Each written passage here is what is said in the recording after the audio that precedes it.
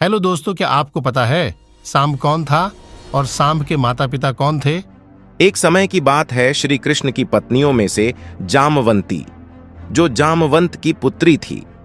जामवंती जब प्रद्युम्न आदि तेजवान पुत्रों को देखती हैं तो उनके मन में पुत्र की लालसा उत्पन्न होने लगती है।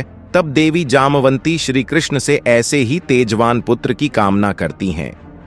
श्री कृष्ण ऐसे गुणवान पुत्र के उत्पन्न होने के विचार को मन में धारण कर तपस्या करने के लिए पर्वत पर चले गए, जहां श्री कृष्ण को महान तपस्वी उपमन्यु के दर्शन हुए, जिनके सानिध्य में श्री कृष्ण ने भगवान शंकर की उपासना की। 6 माह के कठोर तप के पश्चात भगवान शिव माता पार्वती सहित अपना साक्षात दर्शन दिया। तब श्री कृष्ण ने उनको अपनी अभिलाषा के बारे में बताया। तब भगवान शिव के आशीर्वाद से उत्पन्न हुए महान प्रतापी राजकुमार सांब।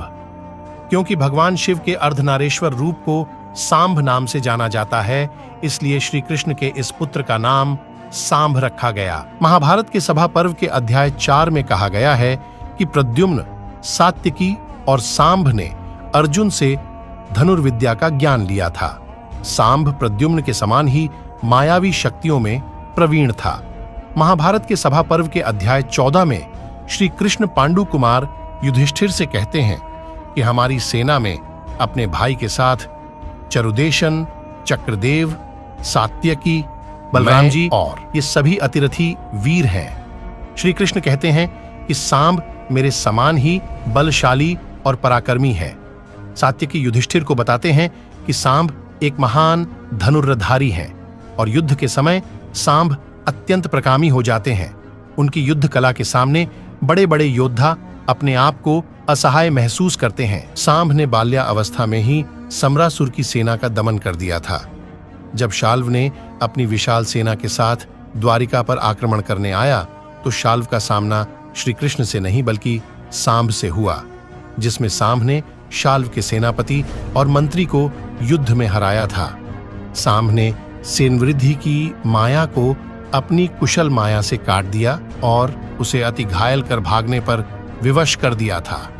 तत्पश्चात वेगवान नामक दैत्य ने सांब पर आक्रमण कर दिया था, जिसको सांब ने अपनी गदा के प्रहार से ही मार गिराया था। एक बार बाणासुर ने श्री कृष्ण के पोते अनिरुद्ध को बंदी बना लिया था, तो उस समय भी सांब ने बलराम, प्रद्युम्न, श्री कृष्ण और 12 अक्षौड़ी सेना के साथ मिलकर बाणासुर के राजधानी सोनितपुर पर आक्रमण किया था, जहां सांब का सामना बाणासुर के पुत्र से हुआ और सांब ने वहां अपना अतुलनीय योगदान दिया था। एक बार सांब ने दुर्योधन की पुत्री लक्ष्मणा का स्वयंवर से हरण कर लिया था। जब इस बात का पता दुर्योधन को चला तो दुर्योधन, कर्ण, शौल्य और भूरिश्व आदि महारथियों ने सांब को बंदी बनाने की योजना बना ली।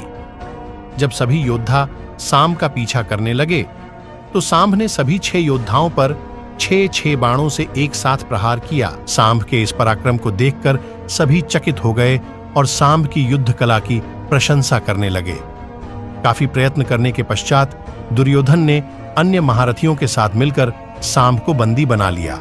4 महारथियों ने सांब के 4 अश्व को मार दिया और एक ने सांब के सारथी को तथा एक ने सांब के धनुष की प्रत्यंचा को काट डाला। जब द्वारिका में बलराम को चला तो बलराम जी हस्तिनापुर पहुंच गए, जहां बलराम के क्रोध के सामने हस्तिनापुर की एक न चली और सबने सांब और लक्ष्मणा का विवाह कर दिया। क्या सांब दुष्ट प्रवृत्ति के थे? एक समय द्वारिका में ऋषि दुर्वासा पधारे हुए थे। सांब स्वभाव से चंचल होने के कारण ऋषि दुर्वासा पास जाकर उनकी तरह नकल करने लगा। कुछ समय ऐसा करते देख महर्षि दुर्वासा अत्यंत क्रोधित हो गए और सांब को कुष्ठ रोगी होने का श्राप दे दिया। सांब ने सूर्यदेव की कठोर साधना की, जिसके फल स्वरूप सूर्य नारायण ने सांब को स्वस्थ कर दिया।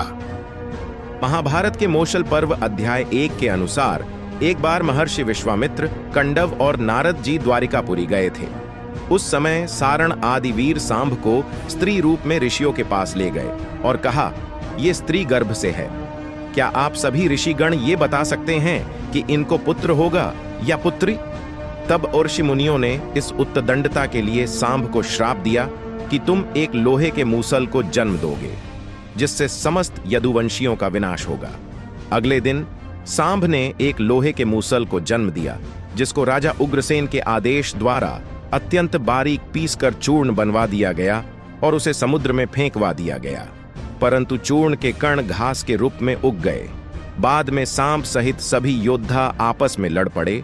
तब पास में उगी घास को उखाड़कर सभी एक दूसरे को मारने लगे।